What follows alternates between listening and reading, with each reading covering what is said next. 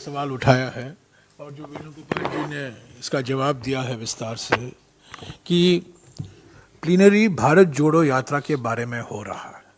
भारत जोड़ो यात्रा समाप्त हुआ, उसके बाद हाथ से हाथ जोड़ो अभियान की शुरुआत हुई सभी राज्यों में, और प्लीनरी का भी जो प्रसंग है, प्लीनरी का जो थीम है, वो भी हाथ से हाथ जोड़ो ही है। तो किसी ने सवाल उठाया, ये 85th प्लीनरी में क्या विशेषता है जो आप पहले 137 साल में नहीं लाए थे? विशेषता यही है कि ये विशेषता है कि ये भारत जोड़ो यात्रा के बारे में ये प्लीनरी का आयोजन किया गया है।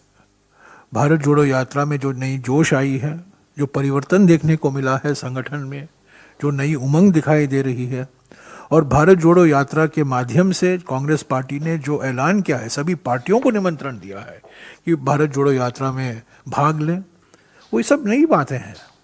और हम पहचानते हैं कि ऑपोजिशन की एकता ज़रूरी है। पर मैंने पहले भी कहा है, आपको कई बार कहा है कि विपक्ष की एकता के लिए भारत जोड़ो यात्रा नहीं निकाला गया था। विपक्ष की एकता एक परिणाम हो सकता है भारत जोड़ो यात्रा का, और इस पर विचार होगा प्लीनरी में। क्या रूप लेगा वो हम अभी नहीं कह सकते, पर जो नीतीश कुमार जी ने बयान दिया है हम उसका स्वागत करते हैं कि उन्होंने माना है कि भारत जोड़ो यात्रा का असर न केवल कांग्रेस पर हुआ है बल्कि भारतीय राजनीति पर भी हुआ है। ये भारतीय राजनीति के लिए एक परिवर्तनकारी क्षण उन्होंने स्वीकारा है और हम इसका स्वागत करते हैं। और हम अपनी भूमिका हम अच्छी तरह से जानते हैं। कांग्रेस ही एकमात्र ऐसी पॉलिटिकल पार्टी है जो बीजेपी के साथ कहीं भी समझौता नहीं किया है।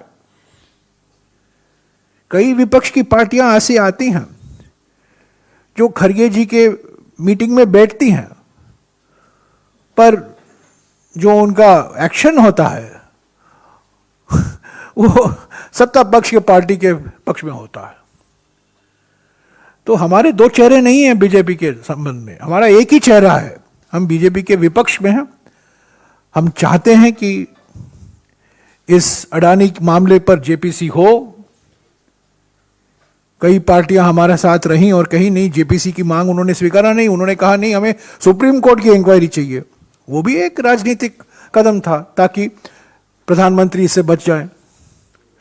तो हमें किसी को सर्टिफिकेट देने की ज़रूरत नहीं है कि हमें नेतृत्व करना है, क्योंकि कोई भी विपक्ष की एकता कांग्रेस के बिना असफल होगा। तो हम जानते हैं, नीतीश जी का बयान का हम स्वागत करते हैं, और जैसा कि वेणुगोपाल जी ने कहा इस पर प्लीनरी में बातचीत होगी। और जो कुछ हमें करना है 2024 के लिए, 2024 के पहले 2023 में चुनाव हमें लड़ना है, विधानसभा के चुनाव है, पर मजबूत कांग्रेस के बिना मजबूत विपक्ष एकता असंभव है। यह सब बाद में देखा जाएगा। अभी हम प्रक्रिया की बात कर रहे हैं, बातचीत की बात कर रहे हैं, और ये प्लीनरी पर इस पर चर्चा होगी। कई लोग अपने विचार रखेंगे, और क्या चुनाव के पहले गठबंधन होने चाहिए या चुनाव के बाद में गठबंधन होने चाहिए। देखिए, एक बार आप भूल जाते हैं जब गठबंधन की बात आते हैं। हम केरला में गठबंधन में हैं, तमिलनाडु में गठबंधन में हैं, बिहार में गठबंधन में हैं, महाराष्ट्र में गठबंधन में हैं, कि झारखंड में हम गठबंधन में हैं, कई उत्तर पूर्वी राज्यों में हम गठबंधन में हैं। तो ये कहना कि कांग्रेस चुनाव के पहले गठबंधन नहीं करती, ये गलत है। कई ऐसे राज्य हैं जहां हम चुनाव के पहले ही हम गठबंधन में हैं।